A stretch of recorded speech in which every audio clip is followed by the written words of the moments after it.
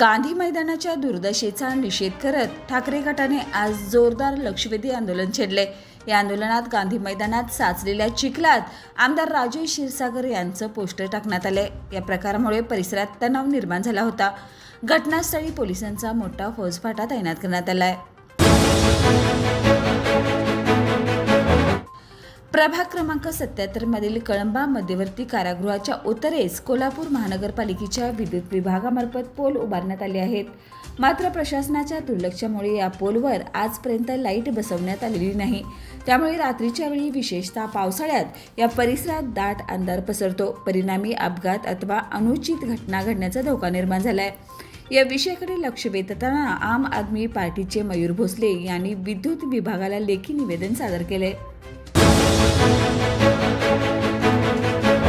शिरोळ तालुक्यातील तमदलगे येथे झालेल्या अविनाश उर्फ दीपक ओंगोंडा पाटील या निमशिरगावच्या तरुणाच्या खुनाचा उलगडा झालाय। सख्या भावानेच 6 लाख रुपयाची सुपारी देऊन खून केल्याचं पोलीस तपासात निष्पन्न झालंय। मोटरसायकल चोरणाऱ्या अल्पवयीन चोरट्याला राजारामपुरी पोलिसांनी अटक केली आहे। त्याच्याकडून 15,000 रुपये किमतीची हिरो होंडा स्प्लेंडर व 60,000 रुपये किमतीची स्प्लेंडर असा एकूण 75,000 रुपयाचा मुद्देमाल हस्तगत करण्यात आलाय, अशी माहिती राजारामपुरी पोलीस ठाण्याचे पोलीस निरीक्षक सुशांत चव्हाण यांनी दिली। मुख्यमंत्री माझी लाडकी बहीण योजनेअंतर्गत दरमहा 1,500 रुपये मिळणाऱ्या बहिणीच्या मनात मे महिन्याच्या हप्त्याबाबत प्रश्न उपस्थित होत होते। एप्रिलचा हप्ता मेच्या सुरुवातीला जमा झाला, मात्र मेचा हप्ता अद्याप आलेला नव्हता।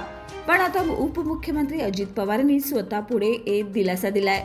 त्यांनी नुकतेच 3.37 कोटीच्या फाईलवर स्वाक्षरी केली असून प्रशासकीय प्रक्रिया पूर्ण होताच मे महिन्याचा हप्ता थेट खात्यात जमा होणार आहे।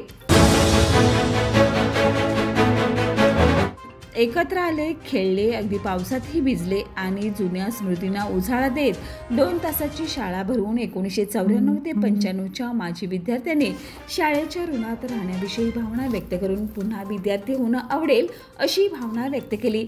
या विद्यार्थ्यांनी शाळेच्या सर्व माजी शिक्षकांचं औक्षण करून त्यांचा यथोचित सन्मान केलाय। एकीकडे आपण जपानला मागे टाकत जगातील 4थ्या क्रमांकाची अर्थव्यवस्था बनल्याचा अभिमान बाळगत आहोत। नव्या भारताचा जयघोष केला जातोय, पण या प्रगत भारतात आजही आपल्याच लाडक्या बहिणीला रस्त्यावर प्रस्तुती करावी लागत असेल तर ही प्रगतीचं अपयश नाही का?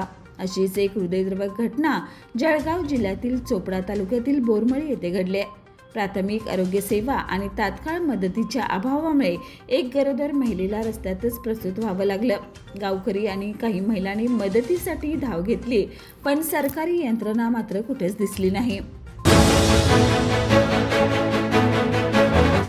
कोल्हापुरातील 75 वर्षीय निवृत्त प्राध्यापिका मीना डोंगरे यांना सायबर गुन्हेगारांनी मनी लॉन्ड्रिंग प्रकरणात अडकवलं असल्याचं सांगत डिजिटल अरेस्टची भीती दाखवली। घाबरलेल्या डोंगरे यांनी 40 दिवसात 15 वेळा ऑनलाईन ट्रान्सफरद्वारे तब्बल 3,57,00,000 रुपये दिले। फसवणूक लक्षात येताच त्यांच्या नातलगांनी राजारामपुरी पोलीस ठाण्यात तक्रार दाखल केली। पोलिसांकडून तपास सुरू आहे।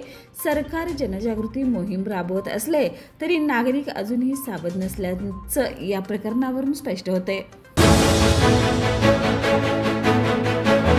शेंडा पार्क येथील राजश्री छत्रपती शाहू महाराज वैद्यकीय महाविद्यालयातील तसेच शहरातील छत्रपती प्रमिला राजे शासकीय रुग्णालयात सुरू असलेली कामे गतीने व गुणवत्तापूर्वक पूर्ण करण्याच्या सूचना वैद्यकीय शिक्षण मंत्री हसन मुश्रीफ यांनी दिल्या।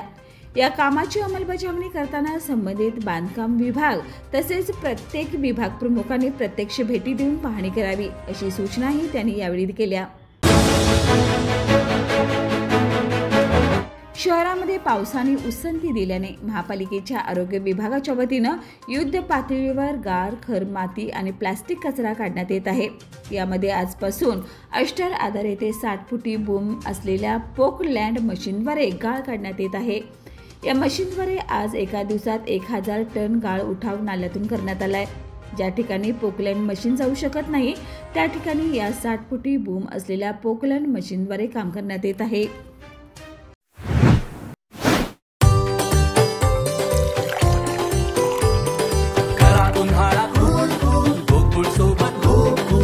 गोकुळ सोबत गो कूल.